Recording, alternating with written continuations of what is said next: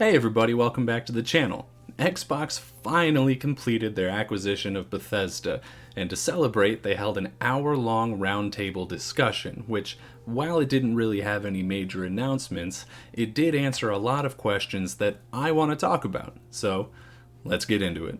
So before the roundtable actually even started, they had a brief little, in memoriam for Robert Altman, who is, if you didn't know, he's the founder of Zenimax, and he sadly passed away just earlier this year.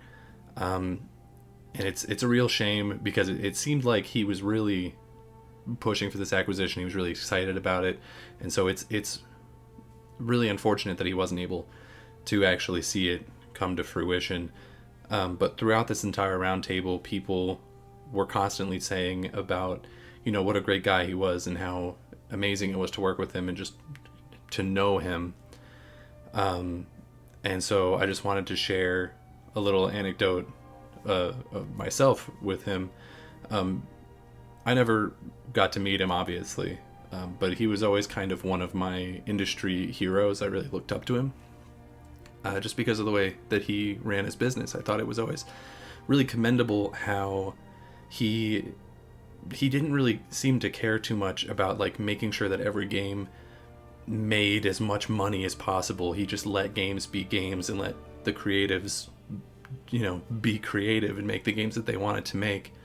And you can really see how much of a positive impact that had on Bethesda throughout this roundtable, and just in general when you see just how closely knit the whole studio family that he helped build is and was. And I wanted to share, one of my most favorite D&D characters I ever made, I actually named after him because I just really always looked up to him. And so my thoughts really, they go out to his family. I'm sure that none of them will see this video, but I wanted to say something. So hopefully without too much of an awkward transition, let's get into the fun part of it, right?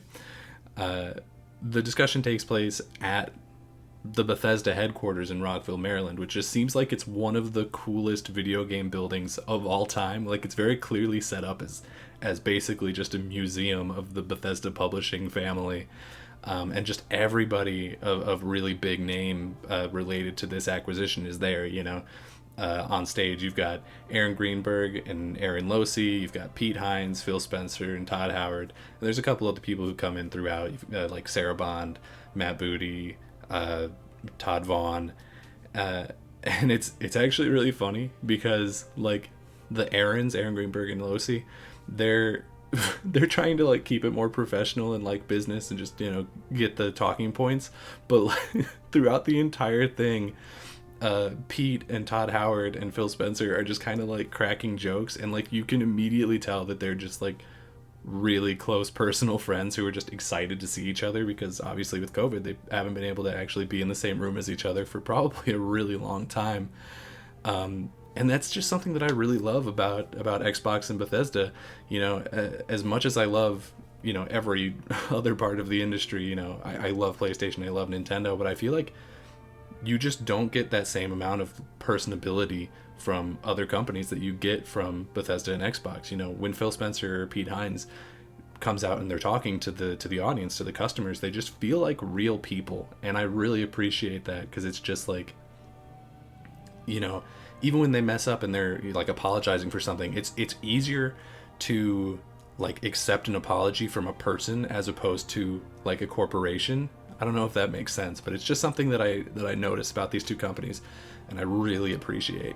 They do eventually get down to business, and they explain that they haven't really been able to make plans together as far as being one business is concerned, because the reason that this acquisition has been taking so long in comparison to other acquisitions that we've seen, like Ninja Theory, Double Fine, whatever, is because since these are two very large companies coming together, much like when Disney acquired Fox, it has to go through a bunch of different governing bodies across the globe, because both companies are international, to see whether or not it violates any monopoly laws, which realistically there was basically no chance of that happening. Even though, you probably have seen some people on the internet being like, oh, this is a big deal, it's a huge problem, that, all this industry consolidation, and it's really not. Like, the industry is huge, so even this level of an acquisition is not going to be anywhere near a monopoly problem. But in case it was not allowed to happen, they weren't able to make those sort of plans, because if they had, it would have been seen as collusion, which is very illegal and very much a problem that they didn't want to have to deal with. And, sort of the byproduct of that is that the entire time that we were waiting for this plan to go through, a lot of questions came up about things like exclusivity, and they weren't able to answer that or give a definitive answer until today, when Phil Spencer said this. And so I'm going to try to be as clear as I can, because that's what I just think it's fair. So obviously I can't sit here and say every Bethesda game is exclusive, because we know that's not true. There's contractual obligations that we're going to see through, as we always do in every one of these instances.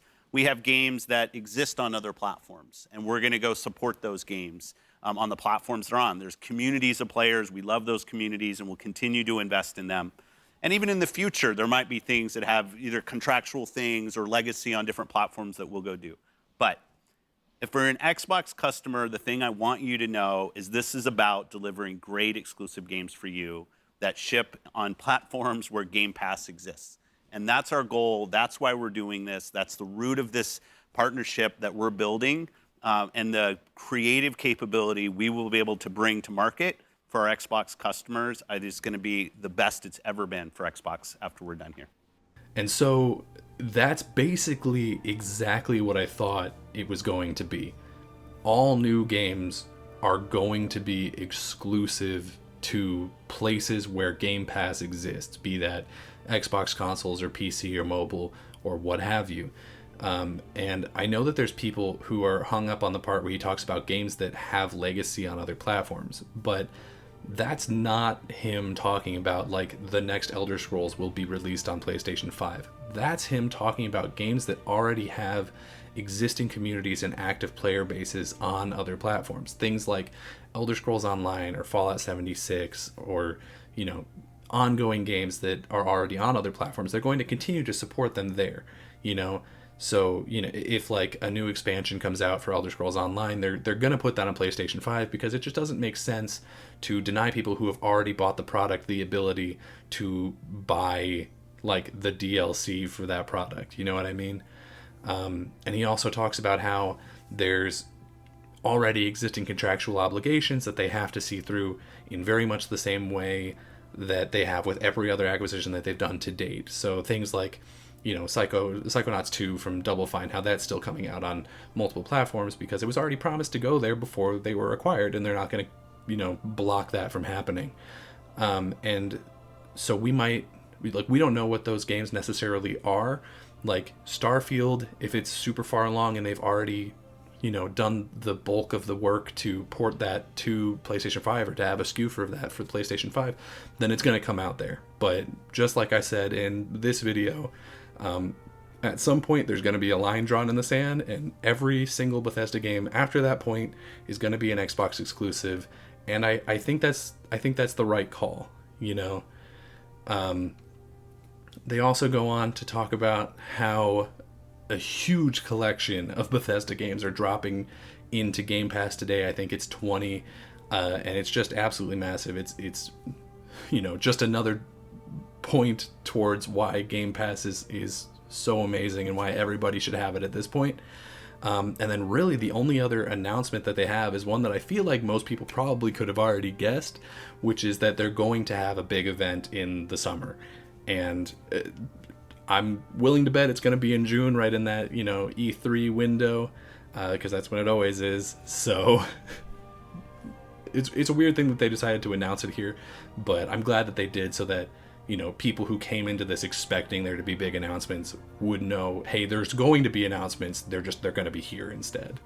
But so anyway, as a bit of a transition between the business side of things that they've been talking about and the studio side of things that they want to start talking about, they have a little bit of a community spotlight moment. And normally these things really just feel like filler. And I guess for people who are not from North Texas, this probably still felt like that to you. But for those of us who are from around here, it really hit home, because Bethesda is is really our home team. You know what I mean? Like, you know, there's other game developers around here. We have Gearbox up in Frisco and a couple of other smaller teams, like the guys who made Super Lucky's Taylor, I think in McKinney or maybe Mesquite. But, you know, QuakeCon is like the thing. So when they're showing, you know, clips of cosplayers or you know, just people hanging out in the BYOC, you know, it hits home because it's like, oh, I've been there. This is great. But what it really made me think about is like, is QuakeCon about to get just absolutely massive? Like, is QuakeCon about to blow up to the level of like a PAX or something? Because now the Bethesda is part of this absolutely massive studio family. Like, is there going to be the next Gears game shown off at a QuakeCon? Are we going to see like Avowed there? I hadn't even considered that as like a thing that Microsoft had gotten as a part of this acquisition, but it's really exciting to me. They then go on to talk about just what this partnership means from a game development standpoint, you know, and Todd starts talking about Fallout 76, and he says this. 76, while you mention it, is something where it's another sort of point in my mind with our relationship where when that game launched, you know, the litany of issues we had, and we let a lot of people down, and, well, there was very little we didn't screw up, honestly. And one of the people that I called was Phil. And I said, hey, you know, there's so many things we're dealing with. What advice do you have? And he put me in touch with some people at Xbox who were able to look at all of the games in the system and what was important and what wasn't important to the other games that made it for the long haul. And that kind of advice really, really helped us. And now, you know, seeing 76 be one of the most played games on Xbox, we're just, you know, incredibly fortunate to be there. And I just think that's really great. You know, you don't usually get to see game devs, especially people as high up or well known as Todd Howard, talk that candidly about their mistakes. You know, most of the time they're gonna either try to pretend that it was better than it is, or just ignore it and hope that it goes away, sort of praying that somebody at a different studio will mess up worse and their thing will become old news. But he just doesn't sugarcoat it here at all. And the fact that he goes on and sort of credits Xbox for helping them turn Fallout 76 around is a big deal. Because obviously, if there's anybody who knows how to turn a critical shitstorm into a success story, it's Phil Spencer. He's done that with basically all of Xbox since taking over after the Xbox One launch.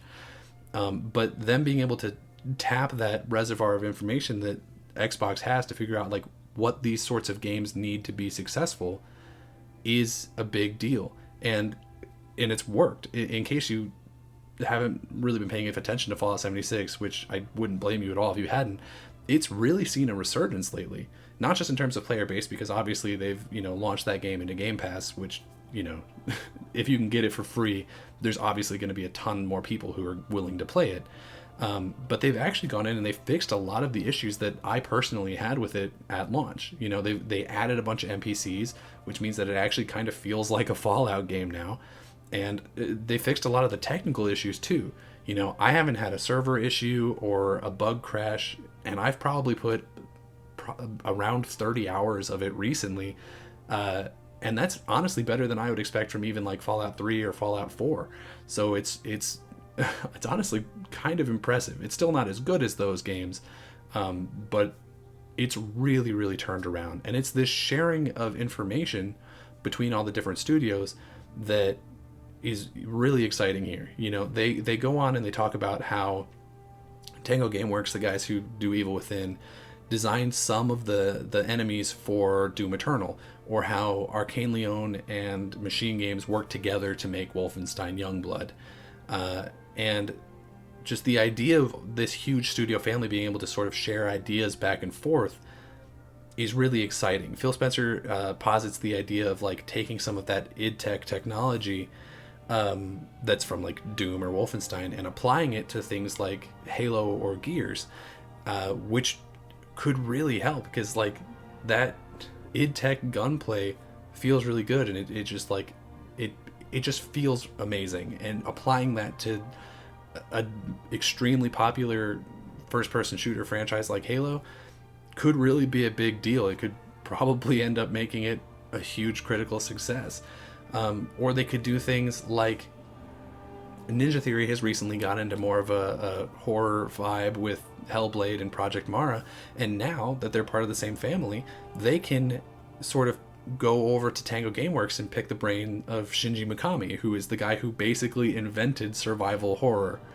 Or Playground Games, who, you know, they've done racing games, really amazing racing games up to this point, but they're now starting an RPG with the Fable reboot. But they can go and they can talk to Fergus Urquhart over at Obsidian, or Brian Fargo at In Exile, or Todd Howard, or any number of people at Bethesda, and figure out like what it is that makes RPGs resonate with players, because those are all some of the best RPG studios in the industry. And just the idea of all of these people working together is really exciting. At this point, we just get a bunch of video packages from the other studio heads of Bethesda Studios talking about what this acquisition means to them, and I'm just going to run through it really fast because there's really not any concrete information that came out of this other than just general excitement and happiness. We see Matt Fyrour from Zenimax Online Studios, and he kind of implies that they're working on a second MMO, because he's talking about how Zenimax Online was built from the ground up to turn Bethesda games properties into massively multiplayer games, and he says the first of which was set in the Elder Scrolls universe, which to me says that in this video I was 100% correct, and that second studio they're opening is working on something new, probably a Fallout MMO. So I'm really excited to see whatever that is and whenever it gets announced. We see Marty Stratton from over at id Software, who I was excited to see because he was very briefly my boss when I was doing playtest QA for them, and he's similar to me decided that the pandemic is a good time to grow your hair out because I'm not going anywhere. We see Mr. Gustafsson from Machine Games, who just talks about how exciting it is to be able to, you know, partner with all these other new studios. We get Harvey Smith and Dinga Bakaba from the different Arcane studios talking about how tight-knit the culture of Bethesda Studios are. We get Shinji Mikami, who doesn't really say anything, but it's good to see him because I just love him so much. And then we see Ashley Chang from Bethesda Game Studios, and he just really hammers home the legacy that Bethesda and Xbox share with things like Morrowind. So a lot of great stuff coming out of those guys. The last big thing that they talk about in this roundtable are these huge meetings that they have where they get together all the different studio heads from across the company and just show off whatever it is that they are working on right now, be it really early concept art for whatever their next game is going to be, or, you know, a playable build of Doom Eternal or whatever, you know. And first of all, those meetings sound amazing. I would kill to go to one of those someday. But it really got me thinking, because at one point Matt Booty mentions how just the Xbox side of things, because he hasn't even dealt with the Bethesda side yet, just the studio heads from the Xbox side represent something like 300 years of joint game development experience.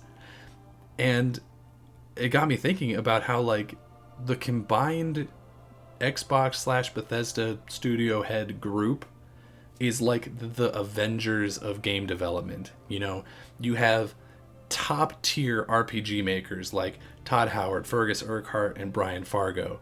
You've got people who are either inventors of survival horror like Shinji Mikami, or who are just starting to kill the game in new psychological horror ways like Tamim from Ninja Theory.